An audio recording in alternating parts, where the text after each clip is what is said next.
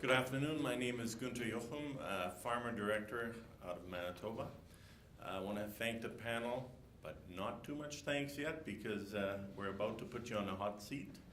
And so if there's any questions out from the crowd. Dean? No? Right here.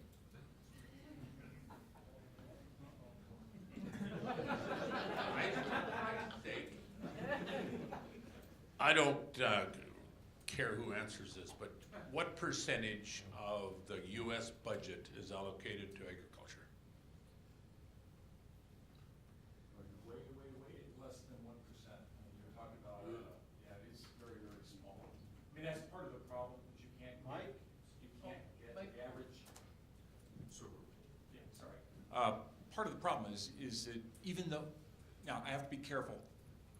You don't have to be careful here. No, I meant, what I meant by being careful is I want to get my facts right. If you talk about the food and nutrition programs, the food stamps, that's a big part. That's a big entitlement. You're talking there $65, $70 billion annually. The commodity programs are more like 20, and that's split between crop insurance, the conservation programs, and the price and income support programs. You know, looking at that as a percent of the federal budget, which is, you know, zillions and trillions. Yeah, and it's hard to get the average Joe taxpayer, Jane taxpayer to say, okay, is this really important or whatever? I mean, yeah. I just wanted to add something. I can't believe I'm going to quote the letter from the House Ag Committee on the, so they sent something to the Budget Committee actually trying to address this issue.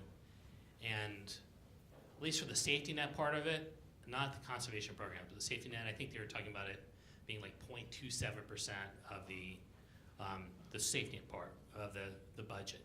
Now, what happens in ag policy, and maybe you remember this term, is there's a concentrated benefit dispersed cost problem where, and Joe is alluding to it, where taxpayers are simply, they don't see much of a difference in their taxes as a result of these farm programs because it doesn't really impact them much in terms of the tax burden, but it's obviously a very concentrated benefit because farmers really, really care about these. So it's difficult from a practical matter to get the taxpayer very excited about trying to address these issues. But I think one of the things that we try to do, and I won't address it here, but we try to bring up not that the cost issue so much as the problems that subsidies create, the distortions in the market, the moral hazard problems of discouraging innovation or private risk management, and crowding out private solutions to problems. So we're trying to hammer kind of the problems subsidies create, not necessarily so much the cost problem. Just as a caveat.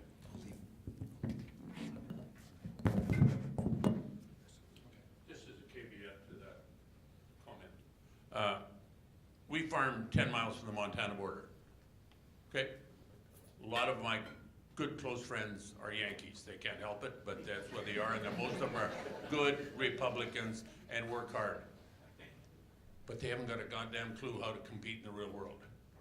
You know, with the programs that they have.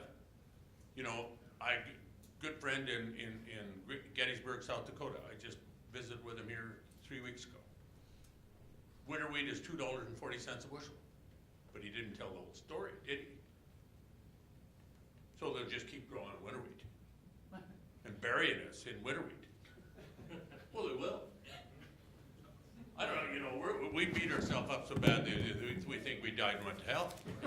Yeah, I mean, just to add to that, I would just say that one of the problems that subsidies, the distortionary impact, is that farmers don't, some farmers will, look, the subsidies create incentives for anyone. So, and people responsibly would you react common sense wise to the incentive itself.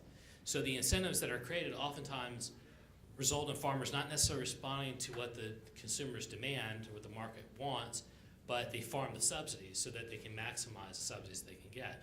I don't blame them for it. That's what a logical person and rational person would do. But it's a problem from a policy perspective. The only thing I would add to that, and I agree with everything you say, my concern probably is less on the wheat and things, because you do see some market forces working at wheat in less. You know, we've grown 10 million acres less than we were 3 years ago, and that's largely because of higher prices for soybeans and corn. The thing I worry about are the minor commodities. So you can really see distortions in a crop like peanuts. You don't worry so much about peanuts. Canola, you might, you know, and you see those sorts of programs there where, you know, a reference price really means something. You put that way above market clearing level. People are growing that commodity, even if it's not linked to actual plantings, but there's still this idea that, well, every 5 years, Congress comes along, updates the Farm Bill, and they allow us to update our base. So we should be growing canola if we want, or, you know, if we want to get into that system. So look, there are, I agree, and even though I would argue that the U.S. programs are a lot less linked to production than they were 25 years ago, you still have these implicit links. Jerry Hertz here. About November of last year, we had a TPP arrangement with where our federal government made a bold move and walked away for 2 months, and we were able to sign a CPTPP agreement, which is comprehensive and progressive, which basically for 2 months we risked a deal just to change the name. My question is there a risk of that CP NAFTA coming in there, which can sort of alter the discussion on NAFTA for the wrong reason?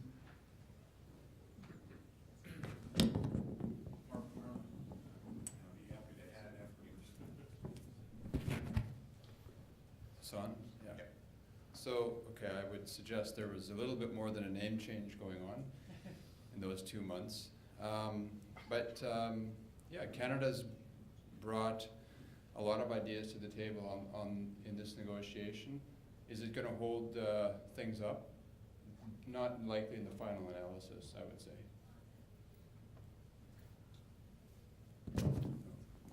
Yeah, I'd say the bigger concern I would have is actually breaking up that if they're, at the end of the day, people fixated on things like trade balances as being a metric, then I think there's real problems. And I mean, it's all coming from our side. So hopefully it won't. I mean, to say that negotiations take time, and that's fine as long as trade continues to go under the current agreement, and as long as people have assurances that the current agreement is going to remain in force. I can tell you that what gives U.S. producers heartburn is to hear that Mexico is now negotiating with Brazil for corn and soybeans and things like that. I mean, that's all due to the uncertainty that's been thrown into the mix here, and I think that's really unfortunate. If I can just add one point. I mean, I mentioned earlier that part of Canada's trade policy agenda is to make sure that FTAs are more inclusive than they were 40 years ago or 30 years ago. And I think that what we have seen in the world, if we look at the impact of globalization, the uneven effect of globalization, and the protectionist forces that are amongst us or all on the world stage in various places, if we think that we can ensure widespread public support for trade liberalization in a situation where many people don't see themselves as benefiting from those agreements, I think that we're dreaming, because I think that in Canada we actually have relatively high support for free trade, for liberalized trade. It is close to 70% for NAFTA.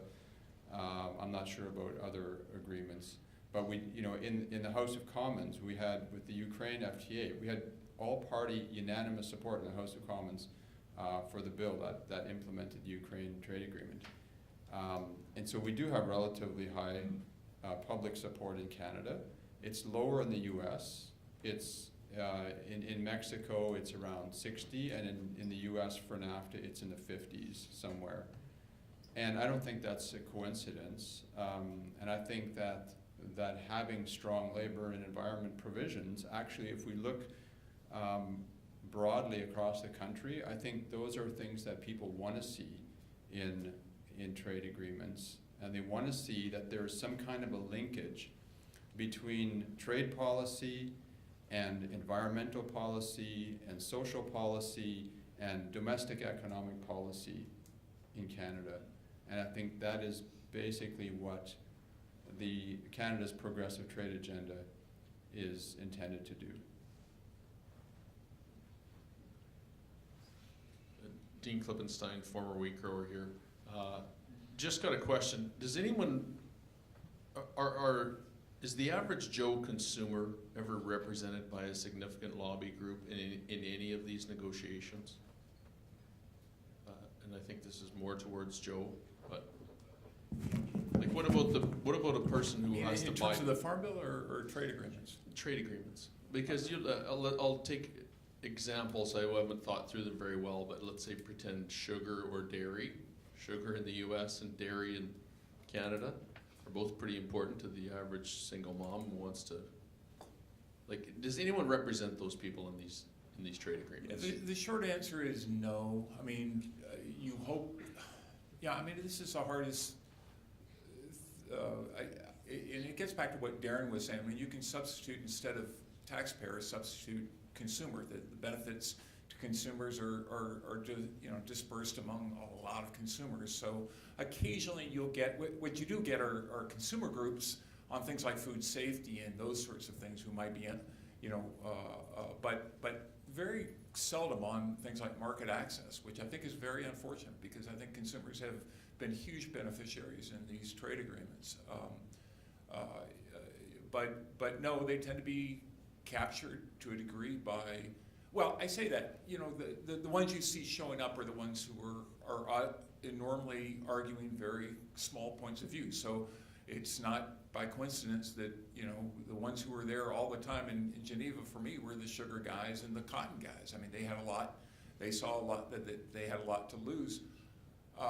But I think negotiators, I mean, I would like to think that some of us, try to look at a broader picture and are able to sort of argue for benefits for things like that. Yeah, and that was not me picking on our friends to the south. That was me, basically, I want a job at Daren's place, because I agree with him entirely. Just to add something, it's not too weird. It is disappointing that some of the consumer groups kind of focus on other aspects of the trade agreements as opposed to kind of what the harms are to consumers as a result of some of these policies, like sugar, for example. And one of the things that I've been working on at Heritage is try to kind of identify certain government intervention that has a negative impact on consumers and drives up consumer prices. Sugar just happens to be one. There's many programs that we had identified in a big report that we did earlier. And I think something that doesn't get enough attention is the fact that a lot of these subsidy programs, anything that drives up consumer prices for food or basic needs, has a disproportionate impact on low-income individuals and households, because they should spend a greater share of their income on meeting those basic needs compared to higher-income households. So really, we're not just focusing on the impact on the consumers, but also really all these policies that actually hurt the poor. And I think it's an interesting and very important message that needs to get out. Thank you. Good presentations, you guys. I wondered why Canada doesn't try and solve some of these problems before going into these trade negotiations. Some of these have no business being in NAFTA at all. And if you could take the lumber business, for example, that's the problem there is they don't trust the government to set the stumpage fees. Well, I know Ritchie's auction would gladly auction those stumpage fees off, because it's all government land they're complaining about, and so government owns the land, they set stumpage fees. So that's one solution. The next one is supply management. We've known that for a long time.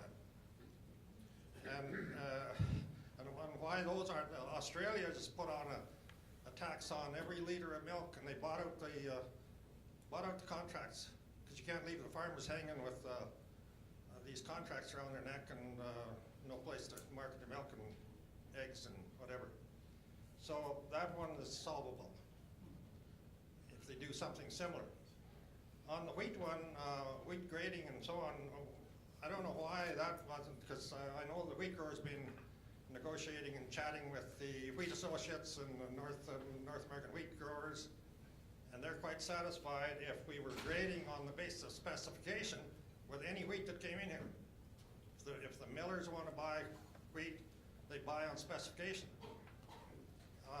And we sell it on the basis of 1912 Canada Grain Act, which says we got to use varieties and classes.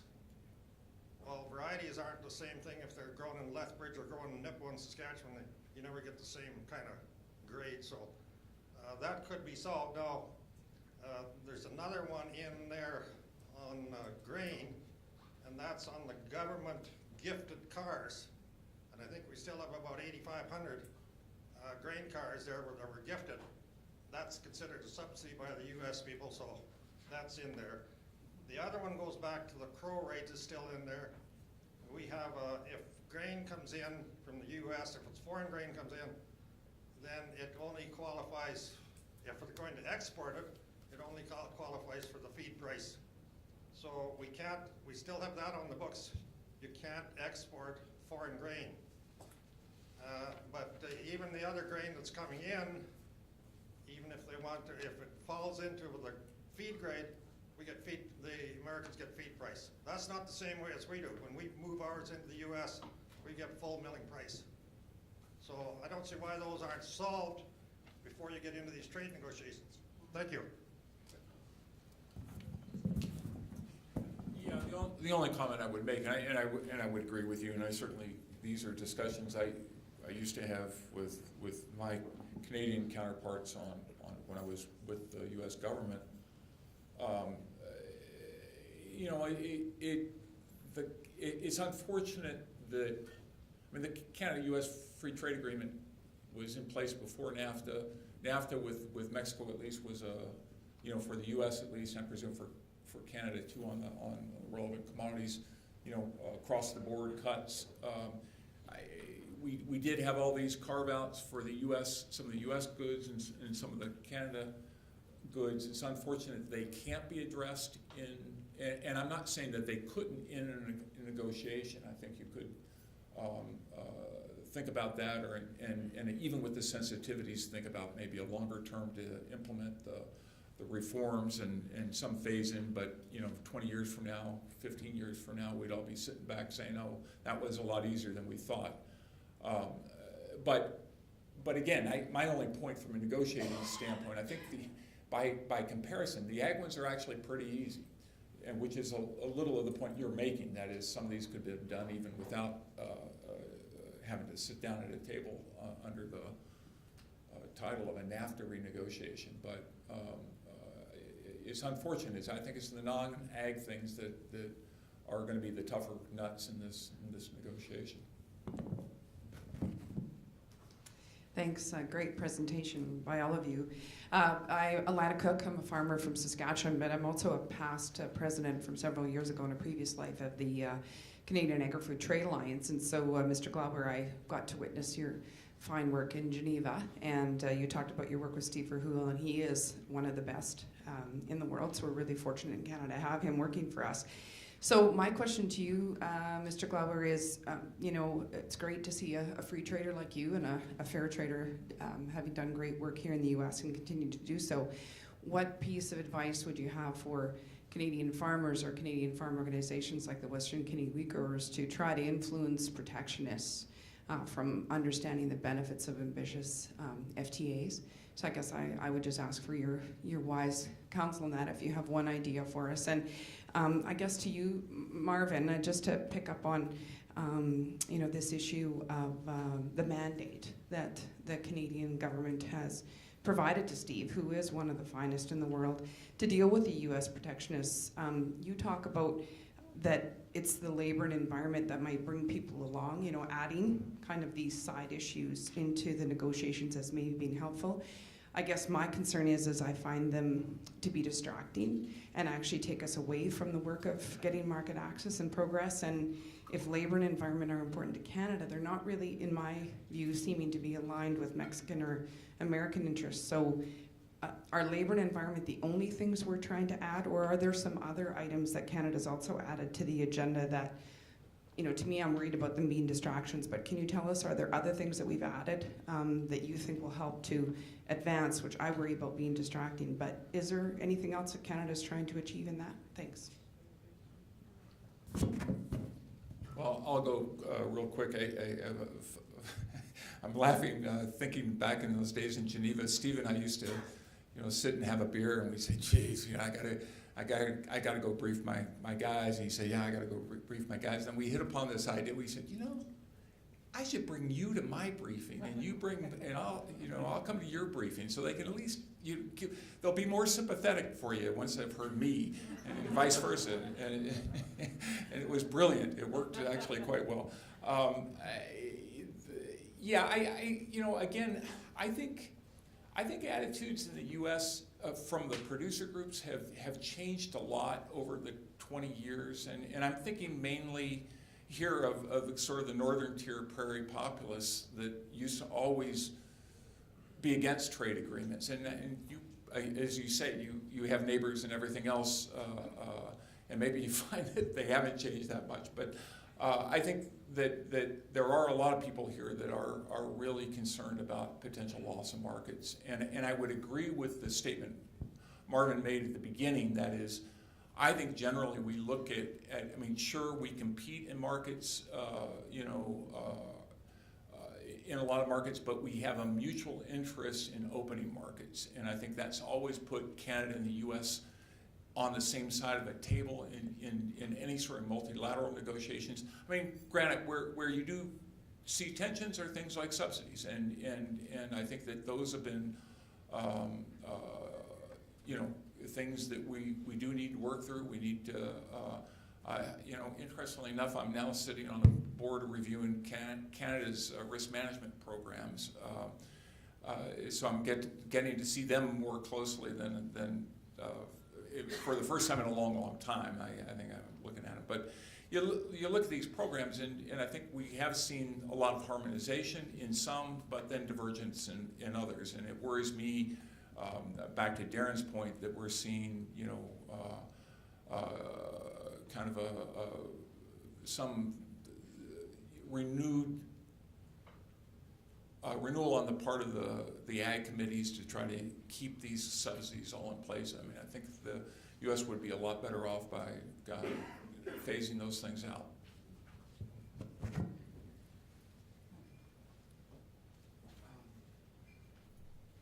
So, in terms of the question, Alana, as I said, there are upwards of 25 different negotiating tables, and so we've brought a very big agenda to these negotiations. And it really, every chapter in the current NAFTA is open and is under negotiation. I mentioned a couple of the areas where Canada has a lot of ambition: area of temporary entry of business persons, of government procurement. We want to see a new and modern e-commerce chapter. I mentioned the border earlier in terms of making things better and easier there. We have some ideas on rules of origin that would make things easier for companies to comply and to demonstrate compliance with the rules of origin. And so we have put a lot of ideas on the table. In terms of the in terms of market access, as I think has already been said, most of the market access is already there.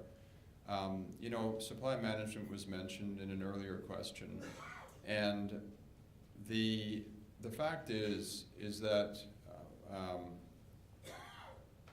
the U.S. Canada is the U.S.'s second largest export market for dairy. We're the U.S.'s second largest export market for chicken.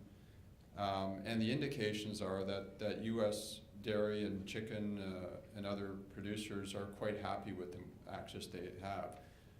Would they like more? Perhaps, and in the case of dairy, certainly that's the indication. It's a good market after all, why wouldn't they?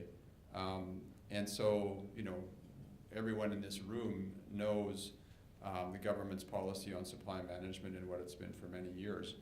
I would add, however, that that hasn't kept Canada from concluding trade agreements over time with many countries, including the European Union most recently.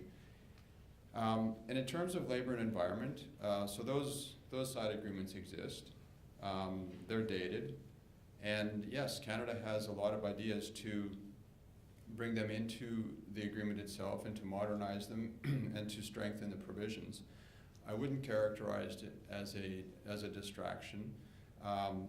One of the biggest, or one of the significant interests on the part of many U.S. politicians and interest groups has to do with Mexico and labor standards and wages. And so Canada's proposals are intended to address, among a number of other things, that, and to make the labor and environment provisions binding and enforceable in a way that they currently are not. There's also the matter of, it's not a Canadian matter per se. Each country, once a negotiation is concluded, each country has their own ratification processes. But in the case of the U.S., there is the matter of getting a deal through Congress and making, you know, attracting the votes necessary to ratify a deal. And in terms of the labor and environment and potentially other such provisions, that can certainly help to bring along certain votes in Congress for a trade agreement as well. And in our discussions here with business groups, business associations, on some of going beyond labor and environment, you know, some of the provisions that Canada has tabled, whether it's related to gender or other areas, it might not be what they would have come up with, and it might not be their top priority, but it also, we're not hearing from them that it's of any concern to them either.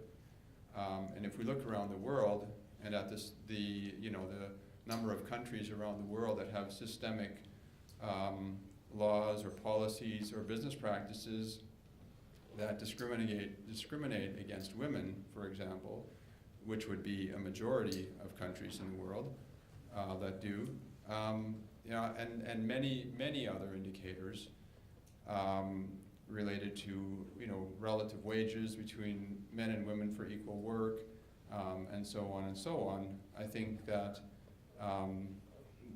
you know, there are many solid reasons to put forward positions on gender and to take a forward-leaning and progressive approach in a trade agreement. In 1994, when NAFTA was implemented, there were 5 trade agreements in the world that had any reference at all to gender. And today, or the last count, 2016, 2015, there are roughly 80. So the world is changing. Things are moving in that direction, so I guess that's what I would say on that. And I'm not sure if there were other questions that were asked. Yeah, thank you, gentlemen, for your insight. Historically, if you know anything about the wheat growers, we've always made the trade file a priority in our never-ending list of policy files to work on. And we would all agree that in an export country like Canada, trade is incredibly important. But it's also an incredibly complex file and difficult to understand for those laymen like myself.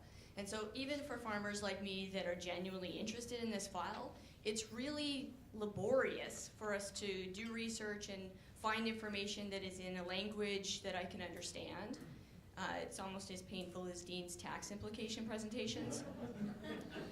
He's not here, it's okay. Is the US doing a better job of getting information out to farmers in a language that they understand than Canada is, or is the apathy the same among your farmers as it is for ours? I can't say I can compare between U.S. and Canada, but I can. So I did a tour of some farms in Virginia a few months ago, and just talking to them about what their big issues were. And the farmers covered all kinds of grew all kinds of different crops, and just asking what is the big issue for them. Trade, number one, across the board. I think that U.S. farmers very much are aware of the importance of trade, and I think you can see that with the ag groups as well, the kind of the leadership role that they're taking on some of these trade issues. So, I mean, at least from the U.S. perspective, and what I'm seeing from U.S. farmers, what's happening right now with NAFTA and the renegotiation and TPP and just free trade generally is extremely important to them. They understand that, I think. Yeah, no, and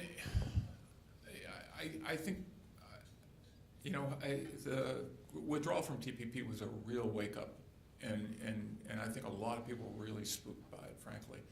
And certainly here in Washington, and Marvin, you probably can attest to this too, my engagement calendar really started picking up. I was getting called to go to a meeting almost every week. And the ag groups themselves, some 100 some odd ag groups, were mobilized within 3 days or so after the TPP pullout. And they have been meeting on a regular basis here in DC. Now that's not farmers, but I think farmers get it all through the press. They're aware of this. Certainly if you hear the speeches that congressional members have made and other things from farm states, they get it too. So the fact that they're talking about it means that their farmers are talking about it. That's a little different than 2 years ago or 3 years ago if you talked about TPP. I think that the farm groups were generally in favor of it. So, farmers saw that and were generally supportive. But I think getting people out really talking about it I was involved with the push for ratification for NAFTA. I was involved with the push for the Uruguay round. And those things meant a lot of Hill visits, meaning going in with farmers and more than that, going out to North Dakota and places where at the time they weren't all that interested in farm agreements or looked at it as all costs because they were going to have to give up some farm supports or something like that.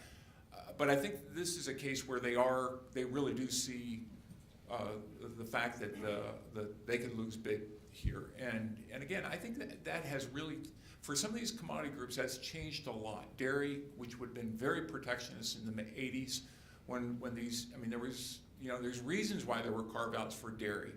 It wasn't just Canada supply management. There were our dairy producers as well were, the only exports they ever knew about were when we, took surplus commodity and dumped it overseas. And so that's changed. That's changed in a big way. And I'm really pleased to see that. That they're, much stronger on those sorts of things. So, yeah, I don't know if there's all that much, that big a difference in that sense between farmers in Canada and farmers in the U.S. In the essence of time, we're 5 minutes past our schedule. I would like to thank the panelists again for their presentations, and we're a friendly crowd, and we all hope for free trade. That's what we've been fighting for all our lives, and so once again, I'd like everybody to help me in thanking our panelists again.